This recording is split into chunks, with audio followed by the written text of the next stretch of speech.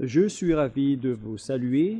Moi, l'ambassadeur de Yahushua, Ziadia Eya, c'est moi qui entre dans votre foyer aujourd'hui, dans le cadre de cet enseignement numéro 13. Et en termes de déclaration, nous sommes à la déclaration numéro 5 ou la déclaration numéro 6, car il s'agit toujours d'une déclaration. Et bien évidemment, je réitère mes salutations pour vous tous qui nous suivez depuis votre foyer, pour vous qui nous suivez depuis la radio, à la télévision, sur Internet, etc. Nous sommes donc arrivés au moment où nous serions ensemble à travers cette bonne parole. Le titre de l'enseignement est que c'est la Russie qui est le chef des extraterrestres terriens. Préparez-vous au pire. Et récemment, nous venons de voir que c'est la Russie qui est la bête et tout le monde n'y croit pas à la puissance de la Russie, car apparemment et visiblement, nous voyons que ce sont les Américains qui sont les plus puissants. Moi, je vous ai déjà enseigné qu'il ne faut pas regarder le côté visible. Il ne faut pas regarder en apparence, il faut regarder dans le côté invisible. C'est le côté invisible qui compte et non pas le côté visible. Donc nous allons d'abord voir la parole qui dit que les extraterrestres sont déjà là, selon l'Apocalypse chapitre 6, qui parle du fuguier qui tombe par terre avec l'étoile. Alors que si une étoile, une vraie étoile, tombe sur votre terre va être anéantie et va disparaître. De quoi parle-t-on alors en parlant de cette étoile? Est-ce que c'est vraiment une étoile qui va tomber sur terre? La réponse, ce n'est pas une vraie étoile. On parle ici d'extraterrestres. Nous allons donc voir la parole de Dieu à ce sujet, selon le livre de l'Apocalypse. Nous allons d'abord commencer à ce niveau. Ce qui est dit dans le livre de l'Apocalypse, on parle d'une étoile qui sont les extraterrestres. C'est dans Apocalypse chapitre 9, à partir de quel verset déjà? Nous allons voir dans le verset 1 d'abord, Apocalypse 9, 1 jusqu'au 1 et 2. Et nous verrons la fin après. Donc à partir du verset 1, le cinquième ange sonna de la trompette, et je vis une étoile qui était tombée du ciel sur la terre. La clé du puits de l'abîme lui fut donnée. Et elle ouvrit le puits de l'abîme, et il monta du puits une fumée, comme la fumée d'une grande fournaise. Et le soleil et l'air furent obscurcis par la fumée du puits. Verset 3. De la fumée sortirent des sauterelles qui se répandirent sur la terre, et il leur fut donné un pouvoir comme le pouvoir qu'ont les scorpions de la terre, et etc. Mais nous allons en rester là. Ici, donc, on voit bien qu'il y a une étoile qui est tombée du ciel sur la terre. C'est clair que s'il est tombé, c'est qu'on l'a fait tomber. Il n'est pas tombé tout simplement. On l'a fait tomber sur terre. La clé du puits de l'abîme lui fut donnée à cet ange. Et elle ouvrit le puits de l'abîme. On parle de l'endroit où brûlent les diables et les satans en enfer. Donc, ils ont déjà été jetés dans cet endroit, dans l'abîme, où sont destinés les diables et les satans qui ont été déjà déchus par le Père Yahva et Yahushua. Et cet ange qui prend la forme d'une étoile, apparemment et visiblement, c'est lui qui dirige toutes les bêtes dans cet abîme. Et nous allons lire au verset 10 et 11. Elle avait des queues semblables à des scorpions et des aiguillons. On parle ici de la bête qui sort de l'abîme, mais on ne va pas rentrer en détail. On verra qu'elle va frapper la terre. Et c'est dans leur queue qui était le pouvoir de faire du mal aux hommes pendant 5 mois. Elle avait sur elle, comme roi, l'ange de l'abîme. Donc cette bête, cet ange va diriger ces bêtes, nommées en hébreu Abaddon et en grec Apollyon. Cet ange, donc, c'est clair que c'est une étoile.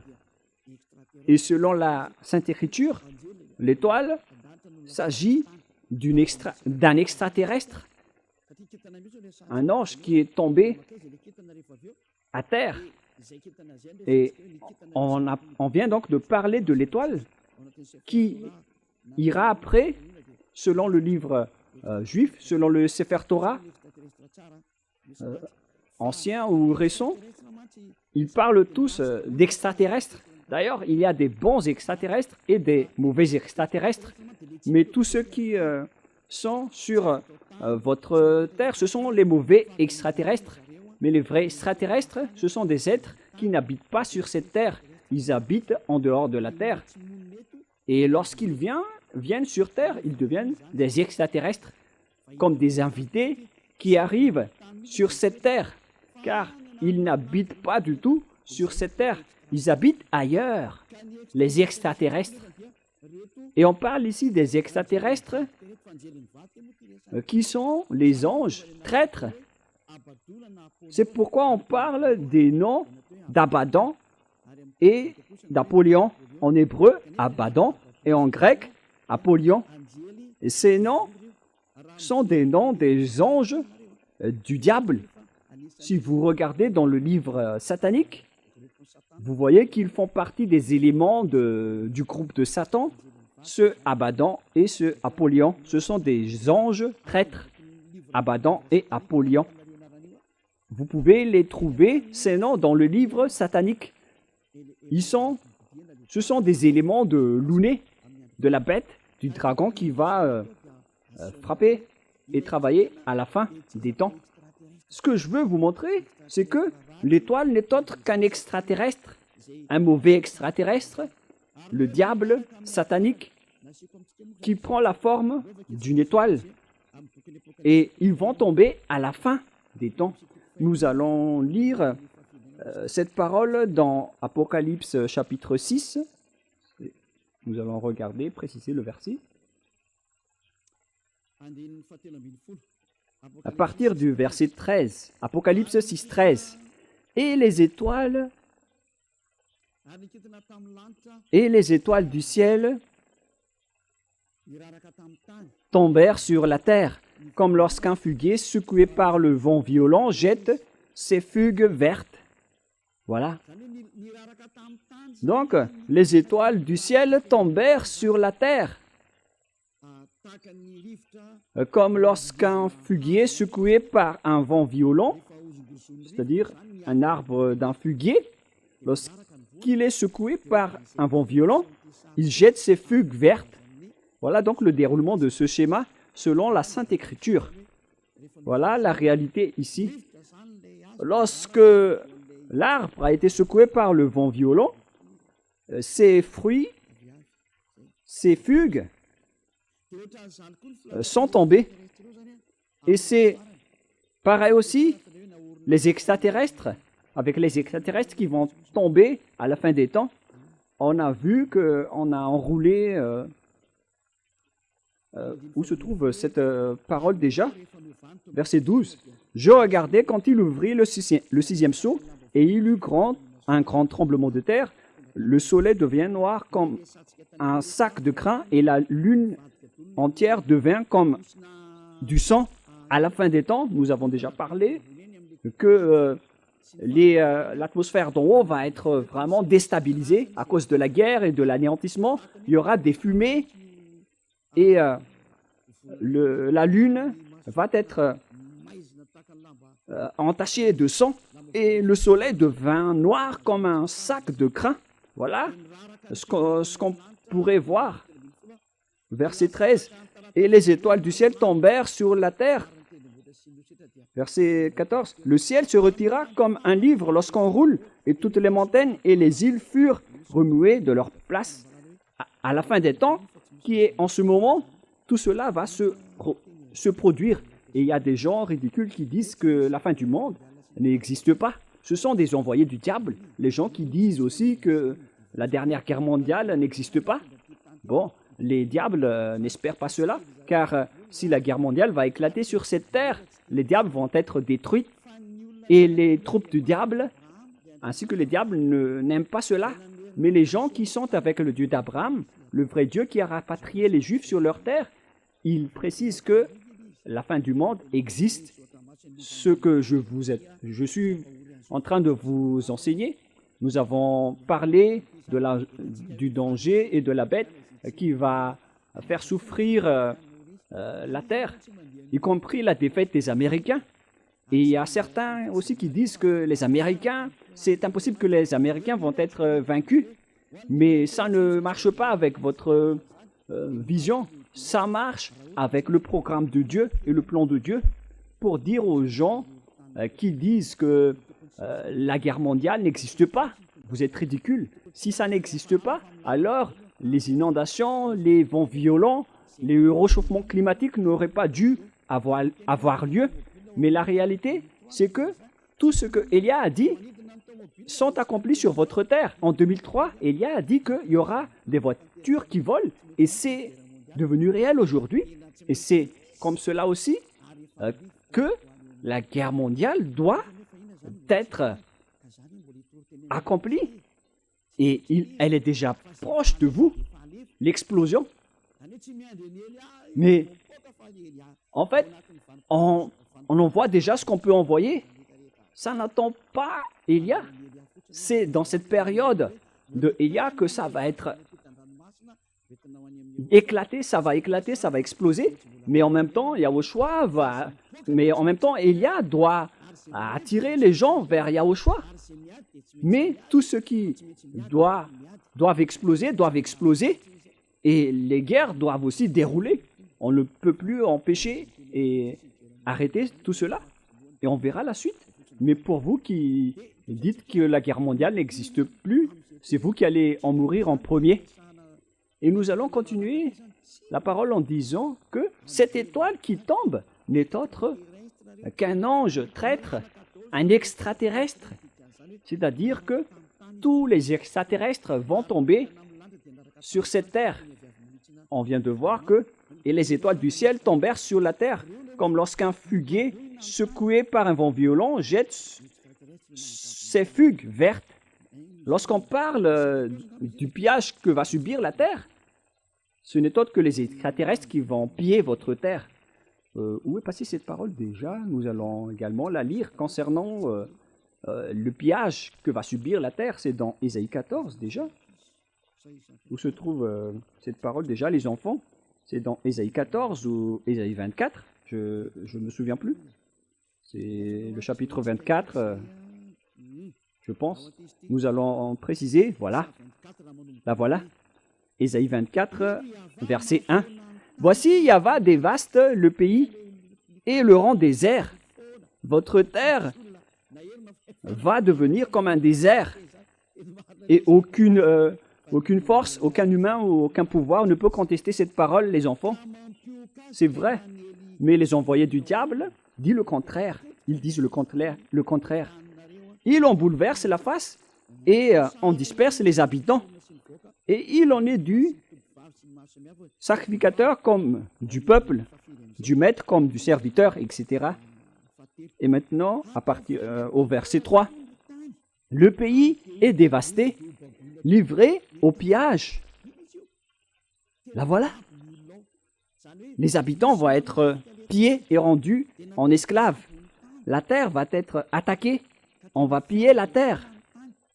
Et la terre va être vraiment dévastée et rendue désert. On parle du monde entier, hein, car Yahva l'a décrété. Le pays est triste, épuisé. Les habitants sont abattus. On parle ici des habitants du monde entier. On ne parle pas seulement d'Israël.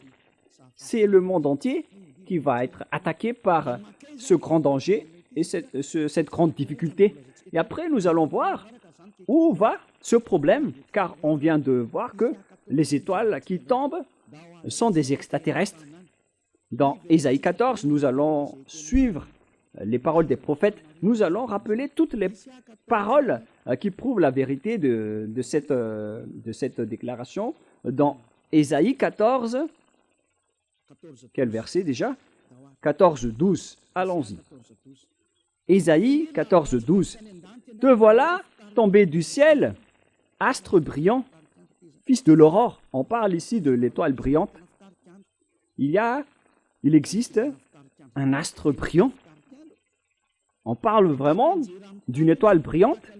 Tu es abattu à terre, comme l'autre qui a été abattu à terre dans Apocalypse 9 de tout à l'heure. On l'a fait tomber par terre. Il a été abattu et il est tombé. Elle est tombée à terre.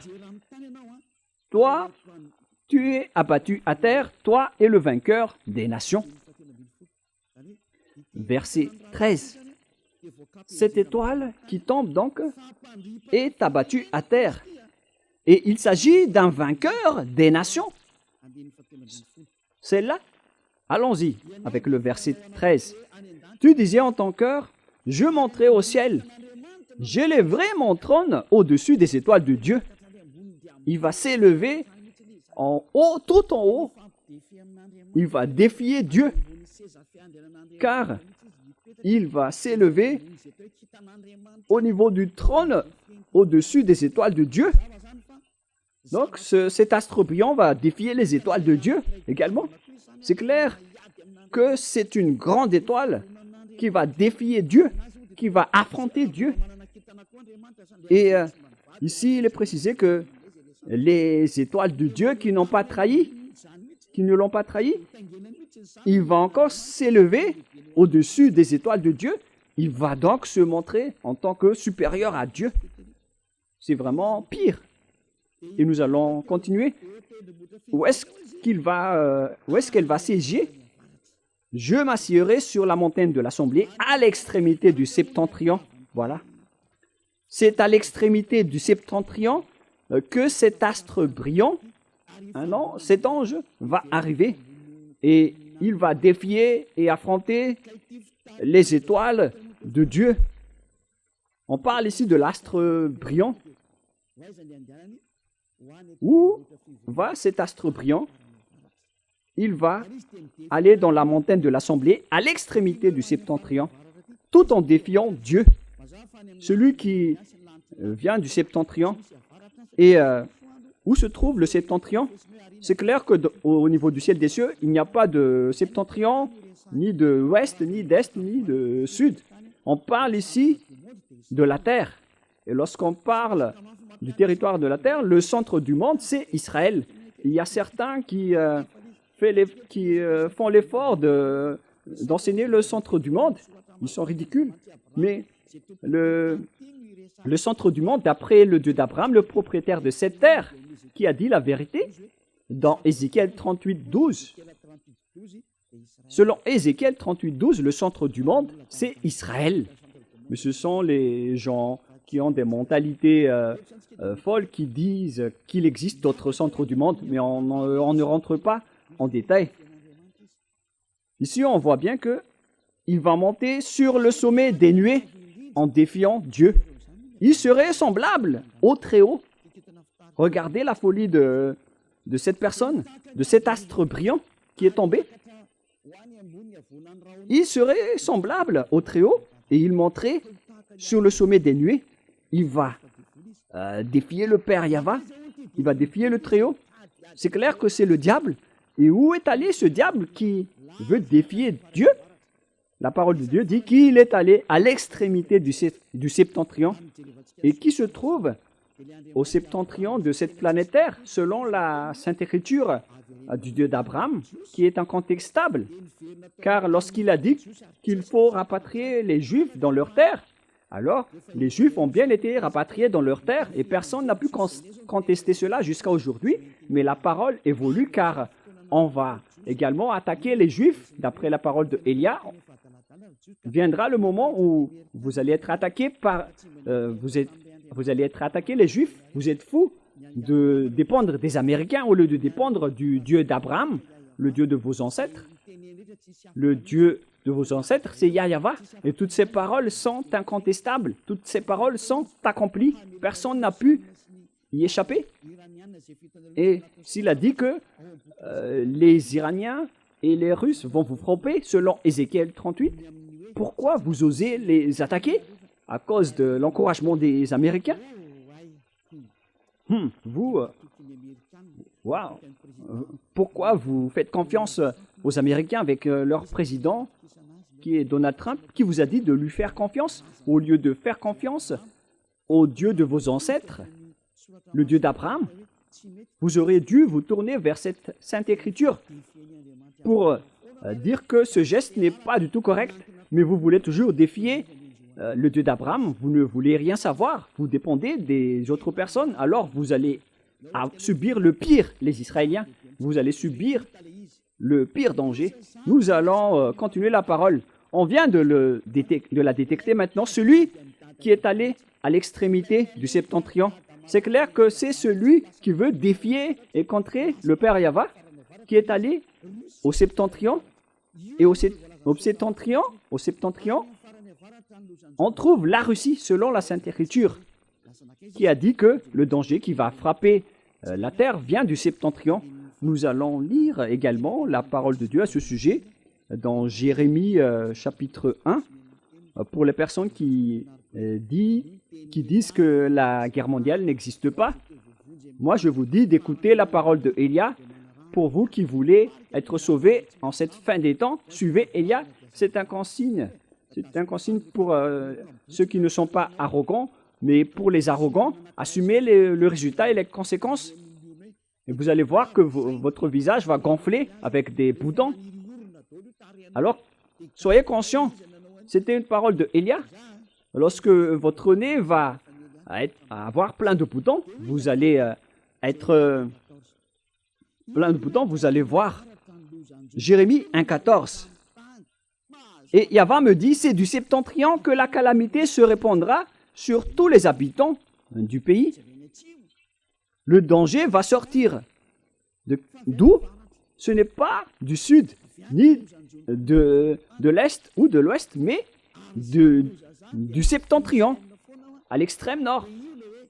Voilà le danger qui va frapper la terre et qui va attaquer Israël à la fin des temps, selon Ézéchiel 38.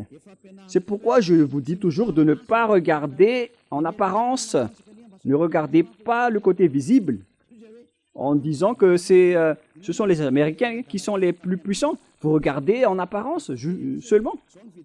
C'est pourquoi les personnes ont été...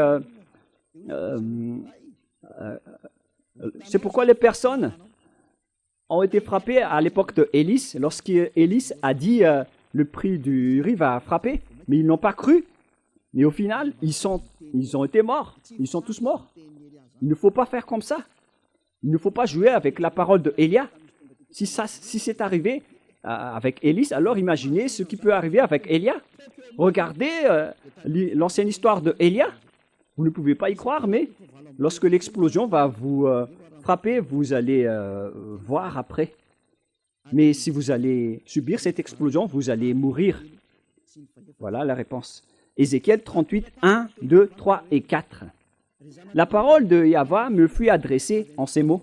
Fils de l'homme, tourne ta face vers Gog, et au pays de Magog, vers le prince de Roc, de Méchec et de Toubal, et prophétise contre lui. Tu lui diras, ainsi parle le Seigneur Yahweh, voici, j'en veux à toi, Gog, prince de Roc, de Méchec et de Toubal. Je t'entraînerai et je mettrai une boucle à tes mâchoires.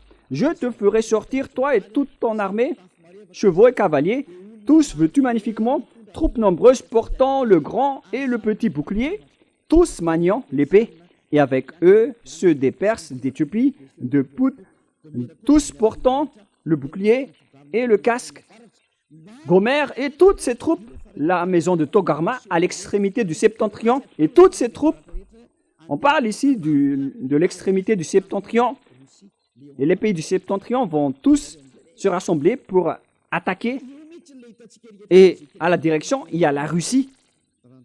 Et c'est justement cette parole qu'on voit dans Ézéchiel 38, 14. Voilà. 14. Ézéchiel 38, 14, 15 et 16. C'est pourquoi prophétise, fils de l'homme, et dis à Gog, j'ai déjà enseigné cela, mais je vous le répète pour que vous soyez bien conscients, et ne dites plus, comment est-ce possible? Vous ne regardez que l'apparence et le côté visible, voilà votre problème. Ne regardez plus en apparence, regardez la force qui est derrière l'invisible, c'est ça qui est au commandement. C'est pourquoi prophétise, fils de l'homme, et dis à Gog, ainsi parle le Seigneur Yahva, oui, le jour où mon peuple d'Israël vivra en sécurité, tu le sauras. Les Israéliens sont, on dirait que les Israéliens sont tranquilles, ils sont protégés par les Américains. Il y a des moments où ils sont calmes avec le reste du monde. Et on dirait qu'ils font régner la paix. Mais c'est seulement ce méchant Gog qui peut faire cela. Alors tu partiras de ton pays, des extrémités du septentrion. Vous voyez, on parle ici du septentrion. Et qui vient du septentrion, d'après ce que je vous ai enseigné, c'est Gog, le prince de la Russie. Ce monsieur qui va diriger le monde viendra de là-bas. Toi et de nombreux peuples avec toi, tous montés sur des chevaux, une grande multitude, une armée puissante. Où ils iront? Bien évidemment, ils vont attaquer Israël. Et s'ils vont attaquer Israël, c'est-à-dire que les Américains vont être dévastés. Oh, les Américains, le moment de votre destruction et de votre anéantissement est arrivé. C'est Élia qui parle. Une déclaration, un message venant du propriétaire de la terre. Il s'appelle Yahva et son fils préféré s'appelle Yahushua. Et son envoyé, c'est Élia. Déclaration de Élia. Le moment est arrivé de vous anéantir, les Américains et l'OTAN. Et si vous dites, comment est-ce possible? Vaut mieux rire. Nous allons lire, mais suivez toujours la parole. Alors tu partiras de ton pays, des extrémités du septentrion, tu t'avanceras contre mon peuple d'Israël comme une nuée qui va couvrir le pays dans la suite des jours. C'est-à-dire, à la fin, ils vont attaquer Israël. Pour ceux qui suivent le géopolitique mondial, vous voyez bien que le monde est déjà divisé en deux blocs. D'une part, il y a la partie qui est dirigée par la Russie, avec les Africains, les Arabes, les pays du Nord, avec les Asiatiques, les Orientaux. Ils sont tous rassemblés. Et regardez la politique de Trump. Même les Sud-Coréens sont en conflit avec lui, car ils utilisent trop de taxes. Même les Chinois les ont trompés et les ont trahis. Moi, je vous dis que les paroles de notre Père s'accomplissent et vous devez les suivre, vous les humains, que vous aimez ou non. Le système de votre terre doit la suivre. Il ne s'agit pas de la propriétaire des armes ou de la force. Ça ne marche pas comme ça. Qui est le propriétaire du cerveau? Répondez. Moi, je vous donne la simple réponse. C'est notre Père qui est le propriétaire de tout cela. Son nom, c'est Yahva. Celui qui commande le cerveau de Donald Trump en lui disant d'aider les Israéliens. Et il l'a fait. Il aurait dû faire le contraire, mais ça ne marche pas comme ça. Il doit toujours les aider jusqu'au moment où je vais dire aux Américains de s'écarter, car vous n'allez plus surmonter votre problème, les Américains. Et si vous allez dire, mais qui vous êtes? Qui êtes-vous pour commander ce monde? C'est Élia, si vous ne le connaissez pas, celui qui parle en ce moment, celui qui vous blâme, car vous avez fait vraiment du mal aux yeux devant notre Dieu Père. Assumez les conséquences. Pourquoi vous avez osé toucher à notre livre? Pourquoi vous avez négligé votre livre? On vous pose cette question. L'objectif de notre livre, c'est d'ôter les péchés des gens. Pourquoi vous avez profané notre livre? Vous dites que notre livre font pécher les gens. C'est vraiment de l'usurpation. Ce sujet ne va pas être facile, hein. Il y a souris, mais la chose que vous allez subir n'est pas du tout facile, hein. Mais il est toujours souriant. Nous allons honorer notre Dieu. Nous, on ne se casse pas la tête avec vous. On ne serait même pas en colère, mais ce qui compte pour nous, c'est que vous devez assumer les conséquences. Vous qui avez dit du mal à Élia, assumez les conséquences. Moi, je vous dis toujours que ce n'est plus le moment de faire cela. C'est toute autre chose qui se passe en ce moment. Mais si vous voulez être dans le rang de Gog, alors c'est correct si vous faites cela, car vous êtes un adversaire de Élia. Mais si vous êtes ni avec Gog ni avec Élia, vous allez mourir juste comme ça. Comme les malades qui attrapent des sauterelles, ils vont mourir tout simplement, sans rien à avoir. Voilà le schéma. Mais pour que vous ne mouriez pas, alors ne dites plus du n'importe quoi en cette fin des temps, car vous voyez la réalité. Vous voyez les voitures qui volent. En ce moment, nous voyons tout cela. C'était la parole de Élia que vous n'avez pas cru en 2003. Voilà, il y a le feu qui consume la terre. La terre brûle automatiquement, ainsi que les voitures. Toutes les choses brûlent automatiquement. En ce moment, l'Europe brûle. La région d'Indonésie, d'Italie, il y a beaucoup de régions qui brûlent.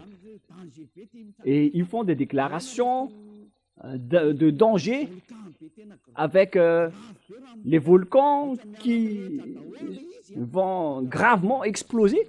Et d'ailleurs, ils sont tous en train d'exploser ensemble. D'après les nouvelles, il y a à peu près 10 jours, il y a les volcans qui s'explosent en même temps. C'est Élia qui a dit que les volcans vont exploser et il faut accomplir les missions pour les concerner.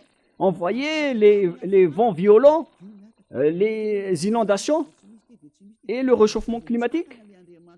Pourquoi votre Dieu ne se lève pas pour contrer tout cela?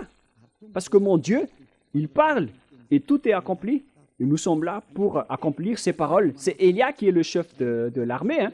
Élia ne cache rien. Comme notre grand frère, il est le plus grand au ciel des cieux et toutes les choses marchent sous ses ordres. On parle de Yahushua, le fils du Père Yahva. Pour ceux qui disent que Dieu n'a pas engendré, nous allons faire un enseignement à ce sujet. Pour les gens qui suivent le Sefer Torah, ils croient que Dieu engendre, mais pour les gens qui contre le Sefer Torah, ils disent que Dieu n'a pas engendré. Mais je vais vous enseigner cela après cet enseignement. Mais nous allons donc voir dans le vif du sujet. On parle ici des Russes. Où vont aller donc les extraterrestres qui vont combattre le Père Yahva, c'est-à-dire le grand chef des anges traîtres? Il est allé où? La Sainte Écriture est claire. Il est allé en Russie. Donc leur chef se trouve là-bas. Le chef, le cerveau, qui a défié le Père Yahva depuis le ciel des cieux, il est arrivé sur cette planète Terre et il va siéger en Russie. Sa base se trouve là-bas. Ils vont faire leur assemblée là-bas. Nous avons vu cela dans Ésaïe 14 et nous allons le rappeler. Où ils vont faire leur assemblée. Alors préparez-vous, l'ONU, vous allez être détruits. Vous n'aurez plus votre siège en Amérique. Et osez dire que ce n'est pas vrai. Ceux qui sont avec Jésus ou Allah. Élia vous dit que l'ONU doit dégager des États-Unis et l'ONU va être déménagée en Russie. Cette parole est directe. Élia donne l'ordre aux Américains de dégager l'ONU de chez eux. L'ONU est ordonnée de quitter l'Amérique. Déménagez-vous en Russie. C'est un ordre. Et vous allez dire, mais c'est quoi ce discours qui est un peu bizarre que vous faites, Élia? Élia, il donne des commandements et des ordres. Et les gens qui iront au ciel des cieux, ils sont contents d'écouter sa parole. Mais les gens qui iront en enfer, ils sont en colère et énervés en écoutant sa parole. C'est comme ça qu'on distingue les gens qui iront au ciel des cieux et ceux qui iront en enfer. Et si vous dites, mais de quel culot? Car les Américains sont une superpuissance en ce moment. Mais pourquoi vous dites qu'il faut dégager l'ONU des États-Unis? Moi, je vous ai déjà dit que les Américains vont être gravement blessés. Et c'est logique que l'ONU va quitter le faible pour aller vers la puissance qui est la Russie. Alors, il faut que vous quittez les États-Unis, l'ONU, comme le dirigeant américain a expulsé et a supprimé les branches de l'USAID dans le reste du monde, dans le monde entier. Il les a vraiment supprimées. On parle de l'USAID, mais je ne me souviens pas de manière précise. Donc, toutes les branches financières en partenariat avec les Américains, ils les ont tous supprimées, y compris ceux qui sont à Madagascar. Ils les ont tous supprimés, car les Américains ont un problème que vous ne voyez pas. Ils ont un problème, car Élia l'a dit. Lorsque Élia parle, la parole circule. C'est pourquoi les Américains ne veulent plus aider les Ukrainiens. Ils en avaient marre. Avec le président Donald Trump, il a dit que vous avez gaspillé les armes. Et c'est ridicule, parce que maintenant, il a recommencé à ravitailler l'Ukraine en armement, car Poutine a bombardé les Ukraines. Et Donald Trump ne sait plus quoi faire, car le président ukrainien Zelensky a appelé au secours.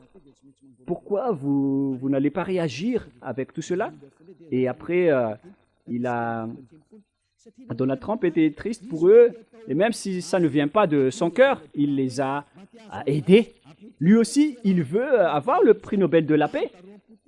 Et il fait cela, Donald Trump. Mais Poutine ne veut rien savoir. Il continue à bombarder les Ukrainiens. Et ils ne savent plus quoi faire. Mais pour nous, ce qui compte, c'est l'accomplissement de notre parole, la parole du Père Yahva et de notre Yahushua. Voilà donc le déroulement de l'histoire en général. Et donc, si cet extraterrestre est allé vers l'extrémité du septentrion, l'astre brillant, il va attirer quoi? Après, nous allons lire dans Ésaïe 14.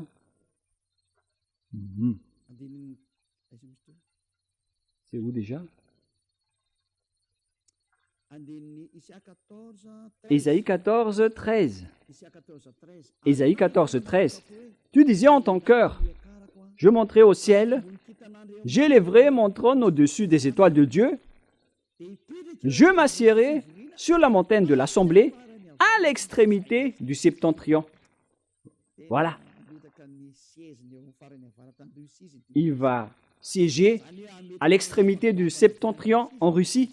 Il va implanter un grand palais en Russie. L'histoire va se transformer après l'arrivée de Gog. Gog est arrivé, l'astre brillant, le dieu qui a défié le Père Yahva, et il va siéger en Russie.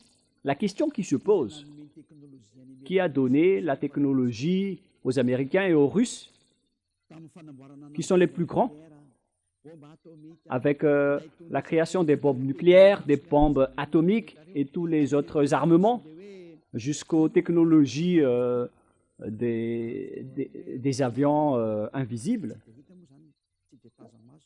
Un avion qui vole presque invisiblement.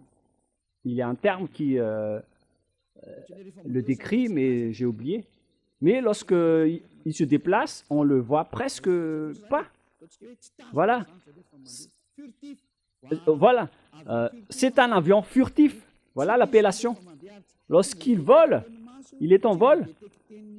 Il est presque invisible. Il est indétectable par les yeux et par les radars alors qu'il vole au-dessus de votre tête.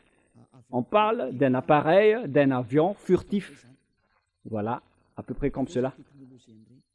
D'où viennent toutes ces technologies? Qui a donné tout cela? Voilà ce que je vous ai parlé. Ce sont les extraterrestres qui ont donné tout cela. Nous allons rappeler un peu l'histoire. Voilà le déroulement de cette chose. Même les dirigeants et les présidents américains ou russes ne le savent pas. Je vais vous les dévoiler. Si vous ne les avez pas dans vos archives, je vais vous les raconter. Voilà le schéma. Les extraterrestres ont fait un accord avec les humains, avec Luné, leur président, le plus grand des diables. Il s'appelle Luné. Et Luné a fait tout le programme pour anéantir et détruire la Terre. Car lorsque ils étaient en colère contre le père Yahva et Yahushua, il a décidé de détruire la terre. Et il a projeté de transformer les humains en diables. Et la terre possède un propriétaire qui est le père Yahva et Yahushua qui a façonné toutes les créations. Le pouvoir et la conscience vient du père Yahva, mais c'est Yahushua qui a tout façonné après. Et après la création de la terre a été anéantie par les diables. Et après est venu le moment où Yahushua a sauvé la terre. Et le père Yahva l'a accepté. Lorsque Yahushua a été crucifié, les gens ont été restaurés auprès du père Yahva. Mais les imbéciles, les méchants de diable n'ont pas accepté. Ce ne sont que des assassins. Et voilà. Ils ont tout fait pour tromper tous les humains pour qu'aucun d'eux ne soit sauvé. Par exemple, si vous allez à l'église, vous cherchez les moyens pour que vous ne serez plus pécheurs. Car Dieu a dit qu'il n'écoute pas les pécheurs, alors que toutes les églises que vous fréquentez, ce sont toutes des églises qui n'ôtent pas les péchés et qui produisent, au contraire, des péchés. Plus vous fréquentez ces églises, plus vous faites du mal. C'est de la réalité. Pourquoi tout ça est arrivé? C'est à cause du plan du diable, le plan de Luné.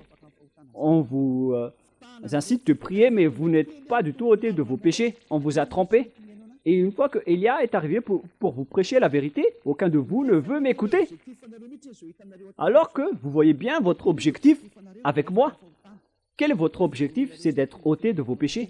Alors que les religieux et votre Église, ils ne vous délivrent pas du péché. Au contraire, ils vous rendent pécheurs. Moi, au contraire, je vous ai enseigné l'ôtement du péché.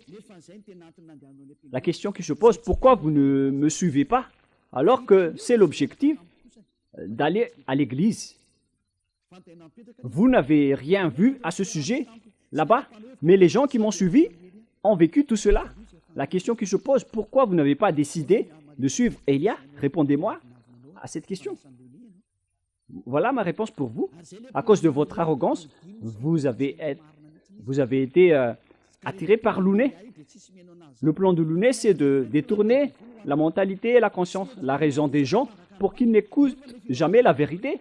Et ça a marché. Jusqu'à maintenant, vous ne m'écoutez pas, alors que l'église que vous fréquentez ne vous a jamais délivré du péché jusqu'à aujourd'hui, alors que le livre qui est entre vos mains dit qu'il ne faut plus jamais pécher.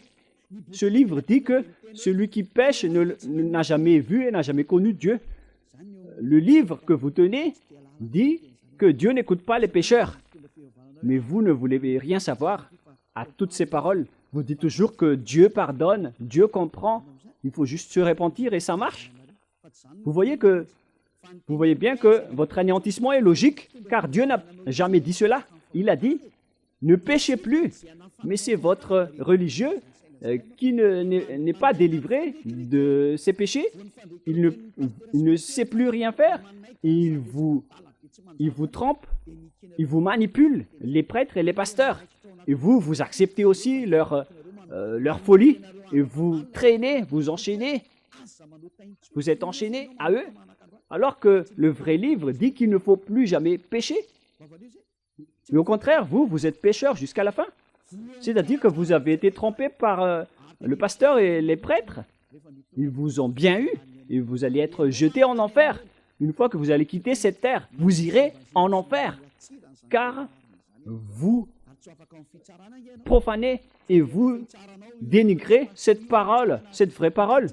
Et vous n'échapperez pas au jugement.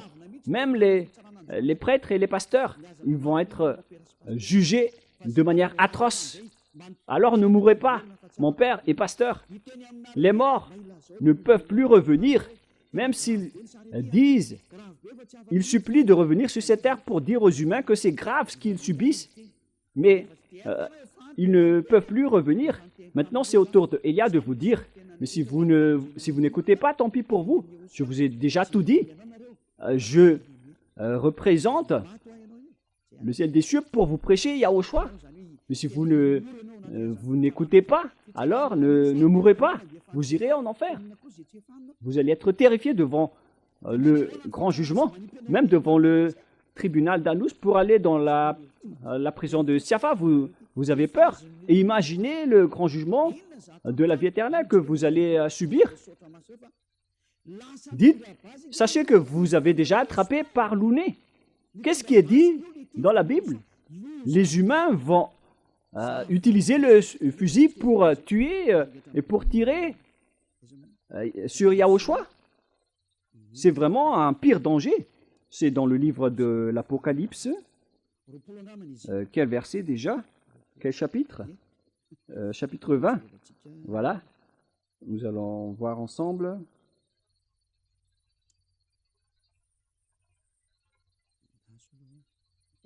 Patientez un tout petit peu.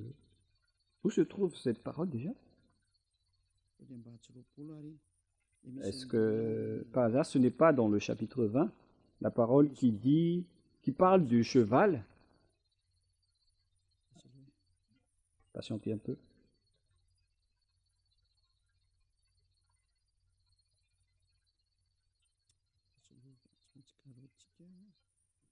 Nous allons bien chercher.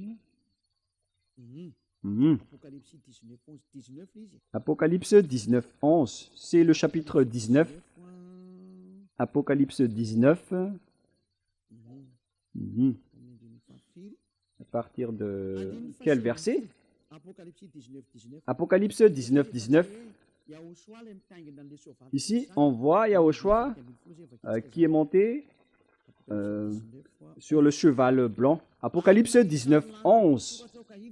Puis je vis le ciel ouvert, et voici parut un cheval blanc. Celui qui le montait s'appelle fidèle et véritable, et il juge et combat avec justice. Celui qui le montait s'appelle fidèle et véritable, et il juge et combat avec justice. Ses yeux étaient comme une flamme de feu. Sur sa tête étaient plusieurs diadèmes. Il avait un nom écrit comme personne ne connaît, si ce n'est lui-même. Il était revêtu d'un vêtement teint de sang. Son nom est la parole de Dieu. La parole de Dieu n'est autre que Yahushua. Au commencement, la parole était Dieu. C'est dans Jean, chapitre 1 et 2. Vous pouvez lire cette parole. Je vous ai déjà dit que c'est dans Jean 1 et 2. Au commencement était la parole, et la parole était avec Dieu, et la parole était Dieu, et elle était au commencement avec Dieu. Et dans le verset 14, on parle que la parole a été faite chair, et on parle ici de Yahushua. Nous allons d'ailleurs relire cette parole dans Jean 1, 1. Au commencement était la parole, et la parole était avec Dieu. Et la parole était Dieu. Et dans le verset 2, elle était au commencement avec Dieu. Verset 3, toutes choses ont été faites par elle, et rien de ce qui a été fait n'a été fait sans elle. Verset 14 maintenant. On parle ici de la parole qui a été faite chair. Verset 14, nous allons lire ensemble. Et la parole a été faite chair, et elle a habité parmi nous. On parle ici de Yahushua. Et donc la parole de Dieu, dans Apocalypse 19, verset 11, ce n'est autre que Yahushua, bien évidemment. Nous allons maintenant revenir vers l'Apocalypse 19. Apocalypse 19, 11, selon la parole de Dieu. Puis je vis le ciel ouvert, et voici parut un cheval blanc. Celui qui le montait s'appelle fidèle et véritable, et il juge et combat avec justice, etc. Voilà la parole de Dieu. Verset 13. Et il était revêtu d'un vêtement teint de sang. Son nom est la parole de Dieu. Son nom est la parole de Dieu, alors que la parole de Dieu n'est autre que Yahushua. celui qui montait le cheval blanc. Le cheval blanc est déjà sorti, il est déjà en route, il continue à avancer. Nous allons lire aussi cette parole dans Apocalypse chapitre 6. Il est déjà sorti, il est en route et il continue sa route. Apocalypse 6, 2, car on vient de parler du cheval blanc et Élia va vous raconter tout à ce sujet. Apocalypse 6, 2. Je regardais et voici parut un cheval blanc. Celui qui les montait avait un arc, une corolle lui fut donnée et il partit en vainqueur et pour vaincre. Ce n'est autre que Yahushua, celui qui est déjà sorti. Il a déjà vaincu, il va encore vaincre. Yahushua est déjà sorti et maintenant, tous ses envoyés accomplissent sa parole. Gloire au Père Yahva et gloire également à notre cher Yahushua. Gloire à ce grand Dieu tout-puissant. Apocalypse 19 maintenant. Qu'est-ce qui s'est passé? Qu'est-ce qui s'est passé?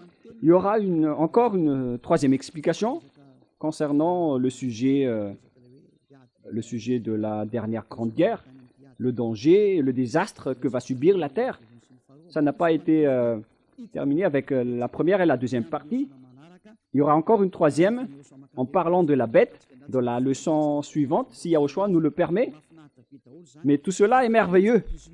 Apocalypse 19, quel verset déjà, les enfants?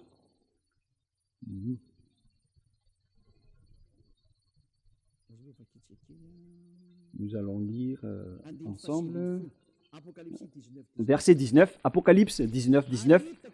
Et je vis la bête et les rois de la terre et leurs armées rassemblés pour faire la guerre à celui qui était assis sur le cheval et à son armée. Oh mon Dieu! Ils vont combattre celui qui est à cheval blanc, les rois de la terre et son armée. C'est-à-dire que les humains vont défier et combattre Yahushua. C'est pour dire que ce schéma est vraiment mauvais. C'est vraiment un mauvais schéma. Donc la réalité, les gens, dans le cas de cette fin des temps, les diables, avec les humains qui ont été créés par Yahushua, ils vont se rassembler pour utiliser l'arme pour persécuter Yahushua, comme lors de la crucifixion. C'est le même schéma, mais maintenant, ce sont les humains qui ont été transformés pour porter après des fusils et des armes pour combattre Yahushua. Ce sont vraiment des méchants. Ils provoquent vraiment la colère de Yahushua. Car maintenant, ce sont les créations qui vont défier le Créateur. Quel humain peut défier le Créateur qui vient d'en haut? Car Yahushua va monter le cheval et il va débarquer dans l'atmosphère. Et comment, en tant qu'humain, vous pouvez le tuer, le fusiller? Comment osez-vous le combattre? Mais cette mentalité est vraiment grave. Mais c'est quel genre de mentalité que les gens ont eu pour qu'ils osent fusiller leur Créateur? La raison est simple. C'est pourquoi Élia est là. Je vais vous expliquer pourquoi Élia est venu. C'est pour préparer toutes ces choses. Élia est arrivé pour préparer le retour de Yahushua. C'était d'ailleurs mon rôle depuis le temps. C'est pour arranger toutes les choses. C'est pourquoi je vous dis que ce ne sont pas avec les forces des Américains. Ça ne marche pas comme ça. Ça marche avec tout ce qui est écrit. Élia est arrivé pour vous dire votre chemin. Mais ne dites pas du n'importe quoi en disant que ce sont les Américains et le pape qui est là, ou le pape qui est la bête. C'est Jésus qui a dit cela. Jésus n'a rien dit de vrai. Si Jésus a dit la vérité, vous aurez déjà dû être ôté de vos péchés. Mais si aucun de vous n'est ôté de vos péchés, sachez que c'est une parole du diable. Soyez conscients. Mais voilà la suite.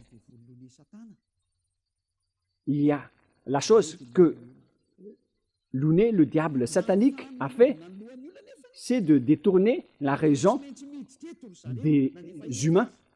Et pour détourner la raison des humains, ils ont dû envoyer des leur envoyer pour transformer tous les humains en race diabolique, en race de diable.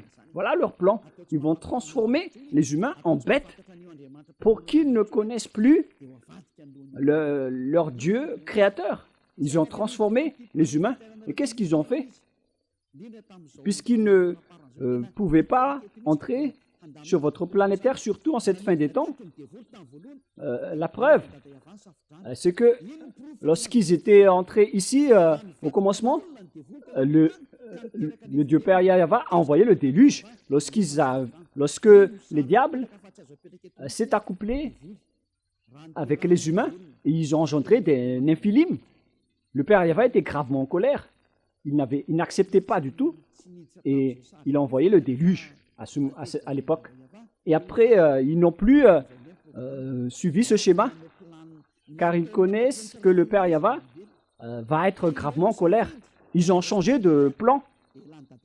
Ils ont dit aux humains de faire contrat avec eux en prenant un choix. Et les humains ont fait encore une fausse route avec ce plan des diables. Ils ont pris en premier les plus grands, les Américains et les Russes. Et après, les plus faibles, il y a les moins faibles, il y a les Français, les Anglais, les Allemands. Mais les plus grands, ce sont les Américains et les Russes. Ils ont fait un contrat avec eux parce qu'à l'époque de la guerre froide, ils avaient peur de la guerre. Alors, les diables les ont donné de la technologie. Mais ce qui est ridicule, c'est que le diable a donné la technologie à l'autre partie pour détruire l'autre partie. Alors que la technologie est la même. C'est vraiment grave. Hein.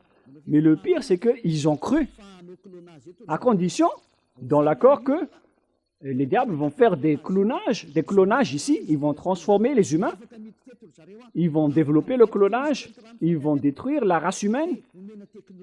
Et en contrepartie, dans le contrat, les humains vont être dotés de technologies, notamment les avions furtifs, les bombes atomiques, tout ce que vous voyez en ce moment en termes de technologie qui avance à grande vitesse. Ce qui est pire, c'est que les humains avancent dans les technologies qui contre Dieu en ce moment. C'est la preuve que la fin est là. La fin de votre histoire est arrivée. Vous faites du n'importe quoi.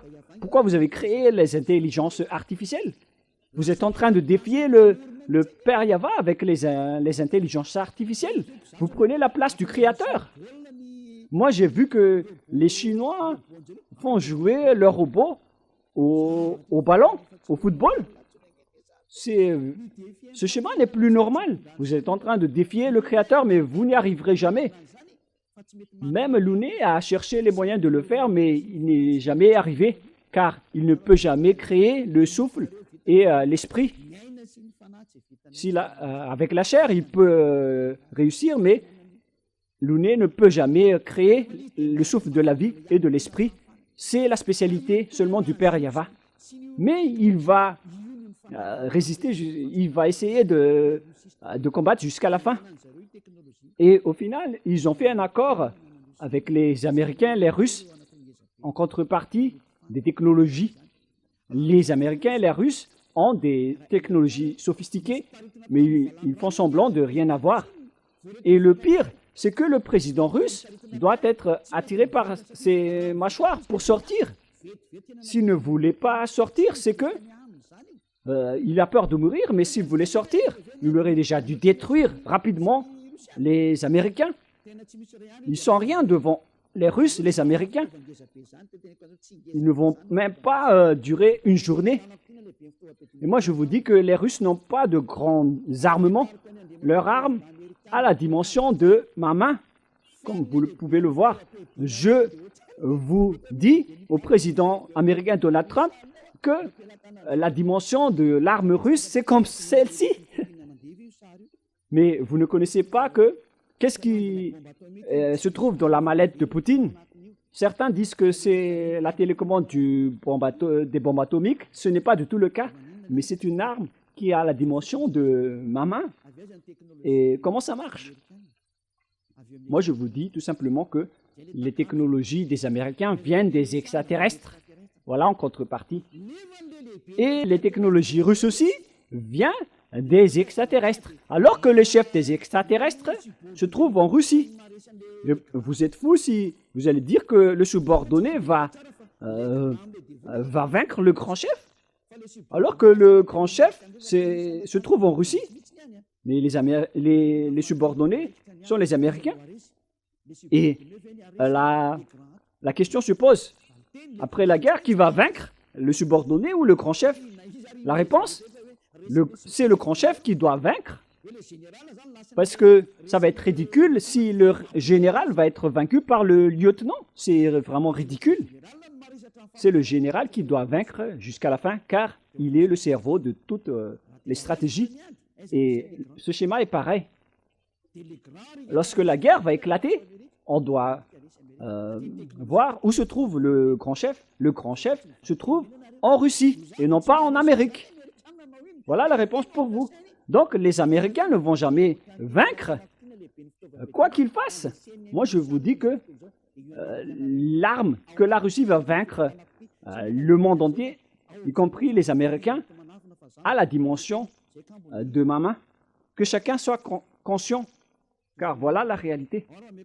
Si vous dites, quelle est la réponse? Moi, je vous donne une simple réponse. Où se trouvent les commandes de toutes ces choses? Ces choses sont commandées de manière électronique, notamment les bombes atomiques. Alors, d'où viennent ces commandes? Elles viennent des extraterrestres. Et le chef des extraterrestres se trouve où? En Russie. Et mesurer après le pouvoir des Américains. Et mesurer aussi le pouvoir des Russes. La source vient toujours du grand chef, c'est-à-dire la Russie. C'est simple comme dire bonjour. Alors, où se trouve la source de ces armes? Ces armes viennent des extraterrestres. Donc, ils ont réussi car ils ont réussi à tromper les humains. Premièrement, la première tromperie, c'est avec les gens qui ne veulent pas se repentir pour être ôtés des péchés. Et vous en faites partie, car vous voyez les enseignements, vous voyez les témoins, que ceux qui sont avec nous sont vraiment ôtés des péchés. Pourquoi vous ne vous rapprochez pas? C'est que vous êtes déjà devenus des amis du diable. Ils vous ont déjà attrapés, vous êtes dans leur filet, vous êtes leurs esclaves. Vous allez faire leur folie et vous allez fusiller à vos choix.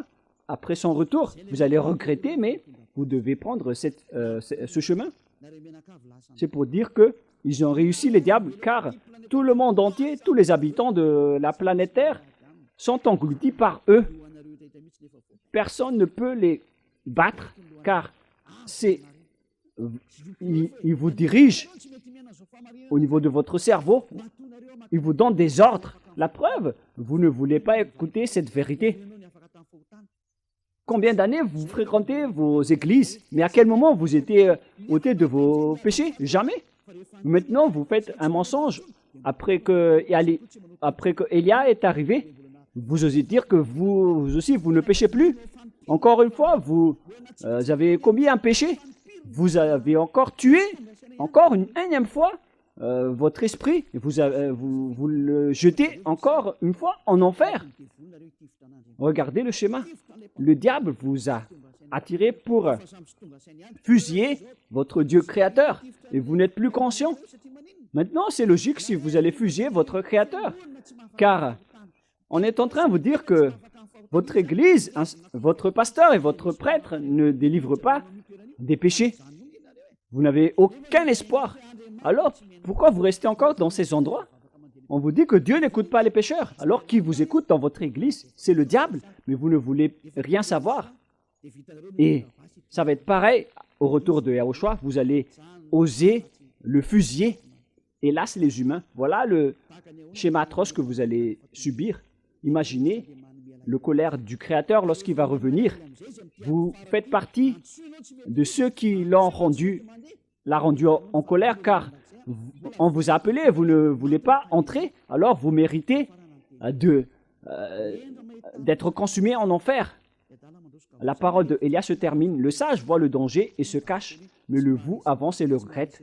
Que chacun soit conscient. Voilà la réponse de la parole. Les Américains ne vaincront jamais la Russie. Visiblement, on peut voir que c'est vrai, mais ce n'est pas du tout le cas.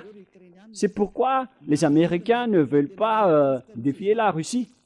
Ils font semblant de protéger les Ukrainiens, mais ils ne veulent jamais défier la Russie. Mais les humains ne connaissent rien de cette histoire. Vous êtes dépassés à ce sujet, alors que c'est la vérité du côté invisible. C'est pourquoi je vous dis, ne regardez pas le côté visible, regardez le côté invisible. Nous, on regarde du côté invisible et on vous partage, à vous les humains, ce qu'on peut vous partager. Élia vous partage cela. Mais tout ce qui nous concerne, on ne va jamais vous les partager car la fin et l'anéantissement de la terre est déjà là. Tous ceux qui veulent écouter Élia, ils peuvent écouter, mais ceux qui ne veulent pas écouter, alors tant pis pour vous et assumez les conséquences. La parole se termine, mais cependant, je vous souhaite toujours le meilleur pour que vous vous rapprochiez de Yahushua. Sauvez votre esprit, ne le tuez plus, ne soyez plus arrogant. Prions ensemble. Merci, Père Yahva, pour cette parole. Merci pour ces messages, pour ces avertissements et ces corrections sur ceux qui vont arriver. Alors, où est-ce que vous allez choisir? Tu donnes encore les consignes et les conseils. Père Yahva, ce sont la dernière partie du salut. Il n'y a plus rien à recevoir, sauf ce qu'on peut encore sauver, Père Yahva. Gloire à toi. Faites en sorte que les personnes conscientes puissent écouter et soient revenues vers toi. Père Yahva, gloire éternelle à toi. On va accomplir ton programme et toutes tes paroles rapidement. Au nom de toi, Yahushua, je fais toutes ces paroles et toutes ces prières. Alléluia. Amen. Et donc, je vous souhaite à tous d'être bénis par Yahushua. À la prochaine. Au revoir tout le monde.